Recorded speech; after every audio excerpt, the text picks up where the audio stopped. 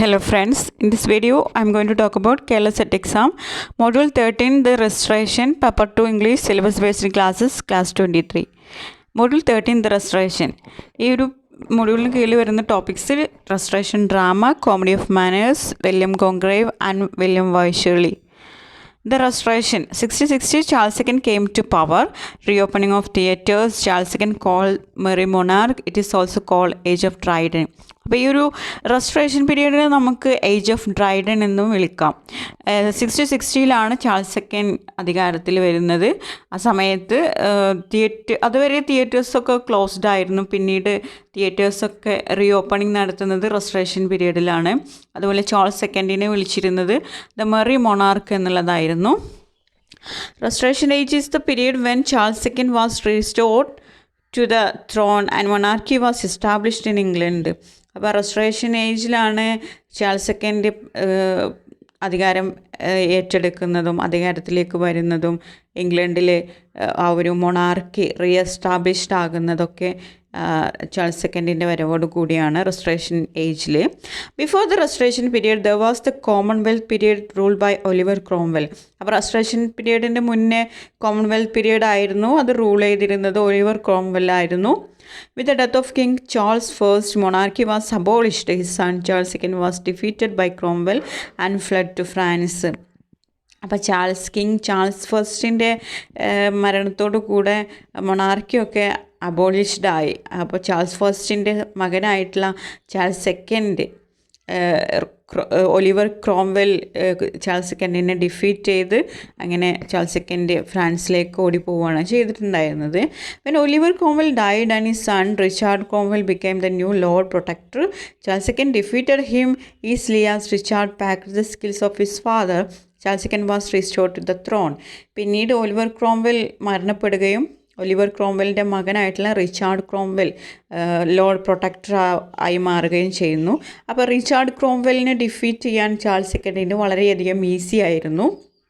അങ്ങനെയാണ് Charles second വീണ്ടും അധികാരത്തിലേക്ക് വരുന്നത്. Establishment of royal society to promote rational enquiry, research and development of science. അങ്ങനെ ആ സമയത്താണ് റോയൽ സൊസൈറ്റി എസ്റ്റാബ്ലിഷ് ചെയ്യുന്നത്. റോയൽ സൊസൈറ്റി എന്തിനു പ്രൊമോട്ട് ചെയ്യുന്നുണ്ട്? Rational enquiry, research, development of science തുടങ്ങിയിട്ടുള്ളവയൊക്കെ. The French writers of restoration age limited French writers and play rights.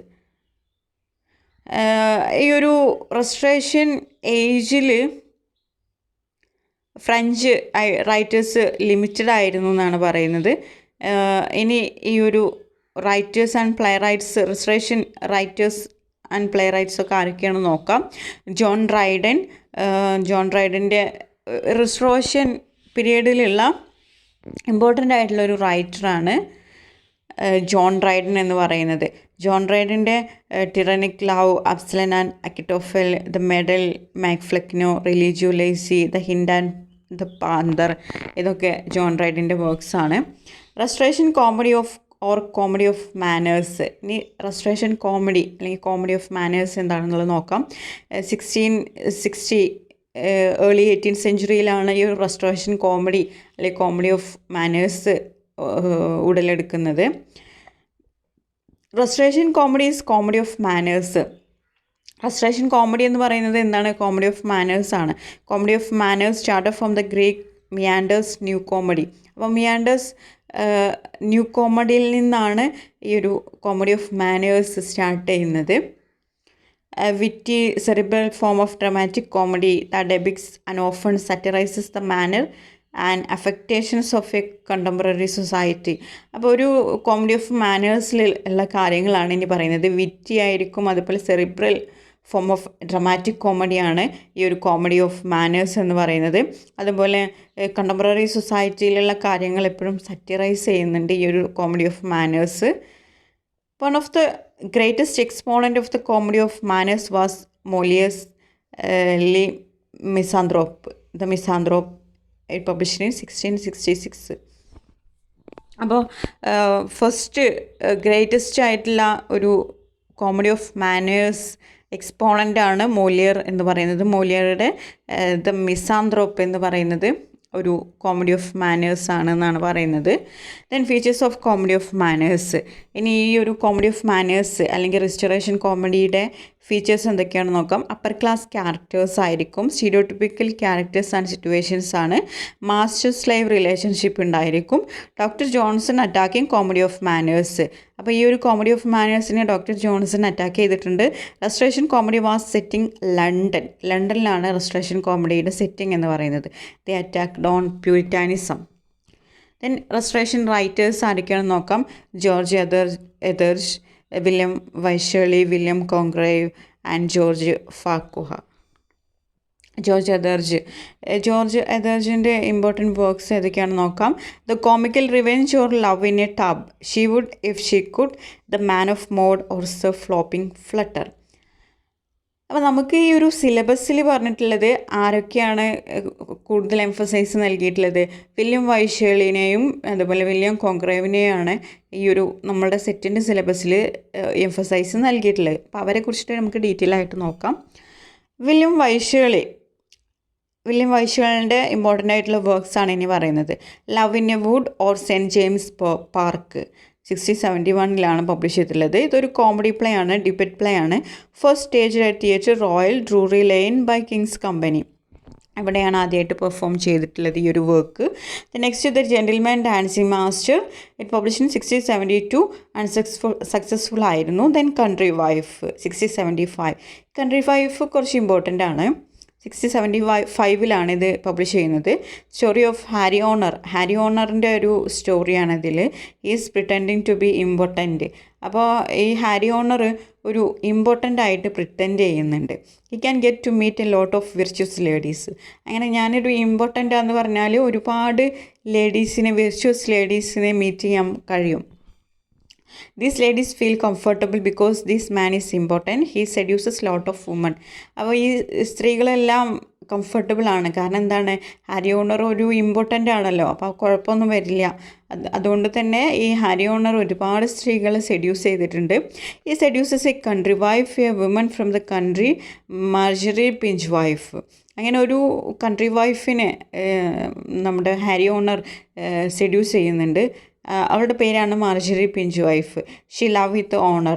അങ്ങനെ ഈ ഒരു ഹാരി ഓണറുമായിട്ട് മാർജറി പിഞ്ച് വൈഫിനൊരു അഫെയർ ഉണ്ടാകുന്നുണ്ട്. She says Horner is not important, every woman shocked. അങ്ങനെ ഇരിക്കുകയാണ് മാർജറി പിഞ്ച് വൈഫ് ഒരു ഡിക്ലറേഷൻ നടത്തുന്നത്. അതായത് ഹാരി ഓണർ ഇമ്പോർട്ടൻ്റ് അല്ല എന്ന് പറഞ്ഞ സമയത്ത് എല്ലാവരും ഷോക്കാകുന്നുണ്ട്, എല്ലാ സ്ത്രീകളും ഷോക്കാകുന്നുണ്ട്.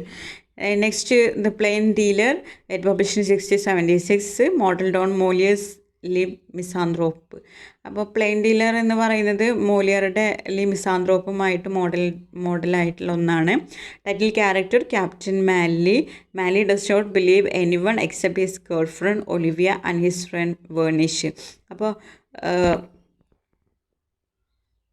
മാലി ആരെയും ബിലീവ് ചെയ്യുന്നില്ല, എക്സെപ്റ്റ് ആരൊഴികെ ഗേൾ ഫ്രണ്ടായിട്ടുള്ള ഒലിവിയയും വേർണിഷും ഒഴികെ ബാക്കി ആരെയും ബിലീവ് ചെയ്യുന്നില്ല. പക്ഷേ പിന്നീട് ക്യാപ്റ്റൻ മാലിക്ക് ഒലിവിയയും വേർണിഷും നല്ലൊരു പണിയൊക്കെ കൊടുക്കുന്നുണ്ട്. ഇവരെ മാത്രമേ ബിലീവ് ചെയ്തിട്ടുണ്ടായിരുന്നുള്ളൂ. ദെൻ വില്യം കോൺഗ്രേവിൻ്റെ ഒരു ഇമ്പോർട്ടൻറ്റ് വർക്കാണ് Incognita or love and duty reconciled. ഇതൊരു നോവലാണ്. Then the old bachelor, it published in 1693. Then the double leader, it published in 1693. Then double ഡീലറിൽ മെൽഫോൺ എന്ന് പറഞ്ഞിട്ടുള്ളൊരു ക്യാരക്ടർ ഉണ്ട്. Nephew and heir of lord ടച്ച്വുഡിൻ്റെ നെഫ്യൂ ആണ്, അതുപോലെ ഹെയർ ആണ്. Then Mellefont marry Cynthia, daughter of sir Paul Plyant. Next another work എന്ന് പറയുന്നത് love for love, it published in 1695. Valentine love with Angelica. Next the mourning bride. ഈ love for ലവിലുള്ള ഒരു hero ആണ് Valentine. Angelica എന്ന് പറയുന്നത് ഹീറോയിനാണ്. Then the mourning bride, it published in 1697. ട്രാജഡിയാണ്. സാറയാണ് ഒരു ക്യൂൻ ഇതിൽ ക്യാരക്ടറായിട്ട് വരുന്നുണ്ട്. Then the way of the world 1700, set in chocolate house. ഇതിൻ്റെ സെറ്റിംഗ് എന്ന് പറയുന്നത് ചോക്ലേറ്റ് ഹൗസിലാണ്. Mirabell and Fainall finished playing cards. ഇതാണ് ഇതിൻ്റെ ഓപ്പണിംഗ് ആയിട്ട് നമുക്ക് കാണാൻ കഴിയുന്നത്. Mirabell wants to marry Millamant, niece of lady Wishfort. അപ്പോൾ മിറബൽ മിലമണ്ടിനെ വിവാഹം കഴിക്കാൻ ആഗ്രഹിക്കുന്നുണ്ട്. മിലമണ്ട് എന്ന് പറയുന്നത് ലേഡി വിഷ്ഫോർട്ടിൻ്റെ നീസാണ്. ലേഡി വിഷ്ഫോർട്ടിൻ്റെ ഡോട്ടർ മിസ്സിസ് ഫെയ്നാൾ ആണ്. Lady Wishfort is managing money of Mrs Fainall and Mr Fainall. അപ്പോൾ ഡോട്ടറുടെയും മിസ്റ്റർ ഫെയ്നാളിൻ്റെയൊക്കെ മണി മാനേജ് ചെയ്യുന്നതൊക്കെ ലേഡി വിഷ്ഫോർട്ടാണ്. Lady Wishfort has an eye on Mirabell. മിറബലിൻ്റെ മേലിൽ ഒരു കണ്ണ് ആർക്കുണ്ട്? ലേഡി വിഷ്ഫോർട്ടിനുണ്ട്. She will not allow Mirabell marry Millamant. അപ്പോൾ ലേഡി വിഷ്ഫോർട്ട് ഒരിക്കലും അനുവദിക്കൂല മിറബൽ മിലമണ്ടിനെ വിവാഹം കഴിക്കുന്നത്. ദെൻ ജോർജ് ഫാർക്കോഹ, അദ്ദേഹത്തിൻ്റെ വർക്ക്സ് ഏതൊക്കെയാണെന്ന് നോക്കാം. Love and the bottle, the constant couple, the recruiting officer. Then John Vanbrugh, the relapse or virtue in danger, 1969 ഇത് പബ്ലിഷ് ചെയ്തിട്ടുള്ളത്. ഇതിൻ്റെ ഒരു sequel Colley Cibber's love's last shift or the fool in fashion എന്ന് പറയുന്നത് ഈ ഒരു വർക്കിൻ്റെ സീക്വലാണ്. കോളി സിബറിൻ്റെ love's last shift or the fool in fashion എന്ന് പറയുന്നത്. Okay, thank U.